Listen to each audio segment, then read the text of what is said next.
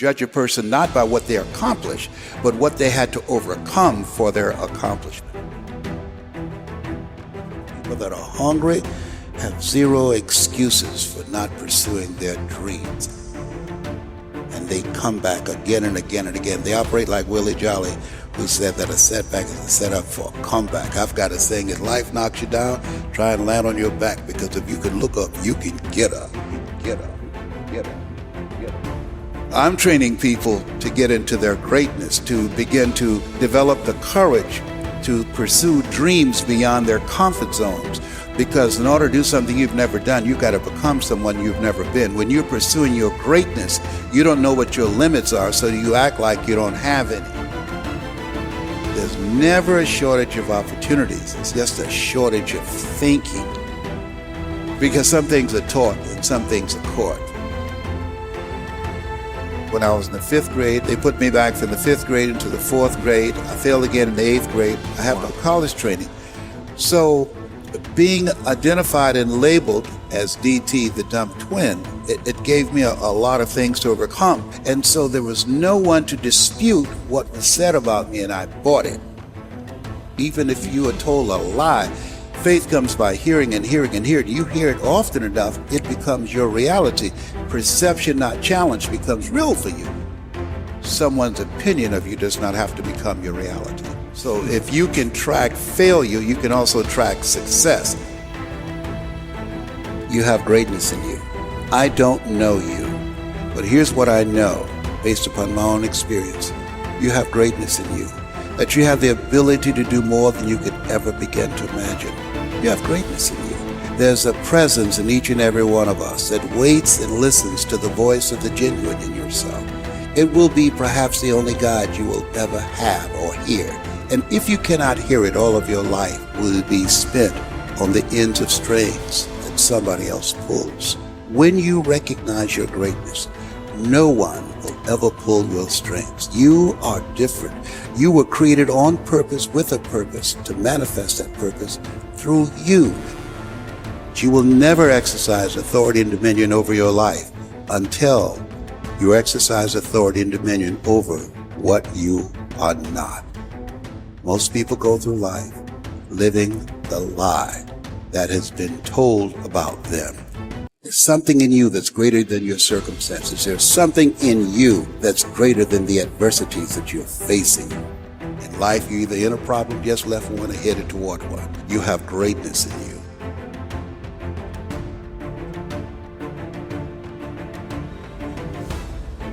When you're pursuing your greatness, you live from a place of the willingness to live life courageously, to be willing to take chances, to become a risk taker, to make impact, to go beyond believing to knowing, to lean not unto your own understanding, to feel within yourself there's some cause, there's something that's bigger than me, but I'm never alone in facing this.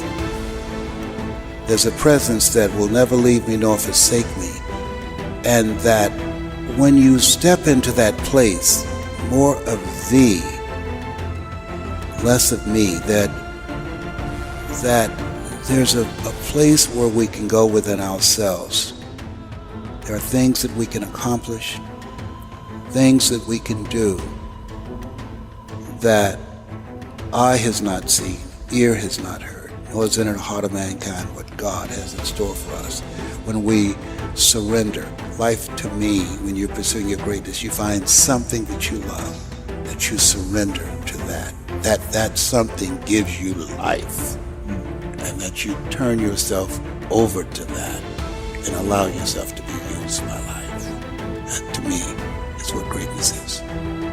When I was diagnosed with prostate cancer and I was pondering about my life, am I going to beat this? And I was reading his words for comfort, and he said, the ideal situation for a man or woman to die is to have family members praying with them as they cross over. But imagine being on your deathbed and standing around your bed, the ghost of the dreams, the ideas, the abilities given to you by life, but you, for whatever reason, you never pursued those dreams. You never acted on those ideas. You never used those gifts, and there they are looking at you with large angry eyes saying, we came to you, and only you could have given us life, and now we must die with you forever. And the question is, if you died today, what dreams, what ideas, what gifts will die with you? As I face inevitable death, what in the meaning and purpose of my life that will not be undone or destroyed when I'm gone? My goal now, we learn, we earn, we pass it on. We should be ashamed to die until we've made some major contribution to humankind. I think it's important that people find something that gives their life a sense of meaning and value that drives them, that becomes their magnificent obsession.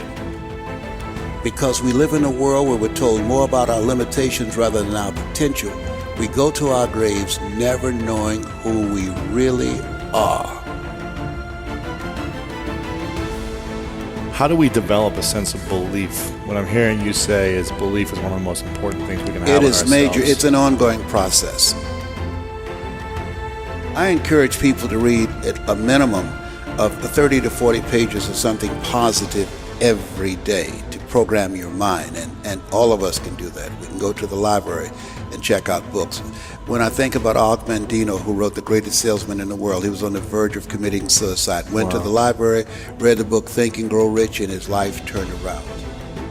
Your mindset, your diet, and positive relationships, giving yourself a healing, nurturing environment strengthens your immune system and allows you to stay here longer and do your great work.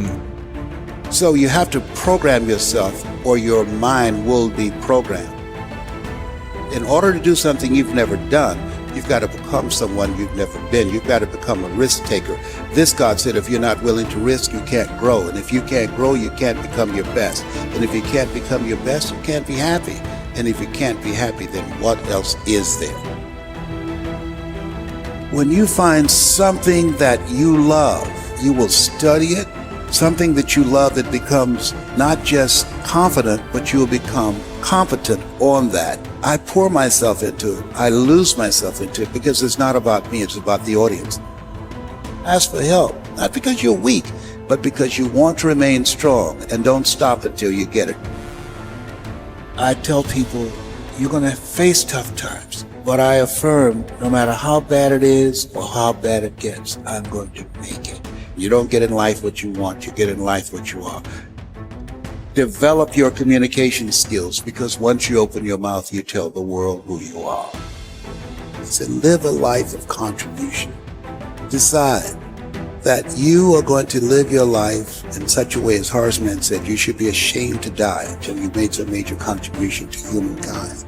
And I want to find other people who have that kind of magnificent obsession, who have that kind of conviction about their lives, who want to make that kind of mark on their lives. Can I, with the time that I have left, amplify and train and multiply voices of hope and create a better world?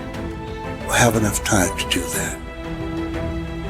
And we all have an expiration date. So live your life from a place of love.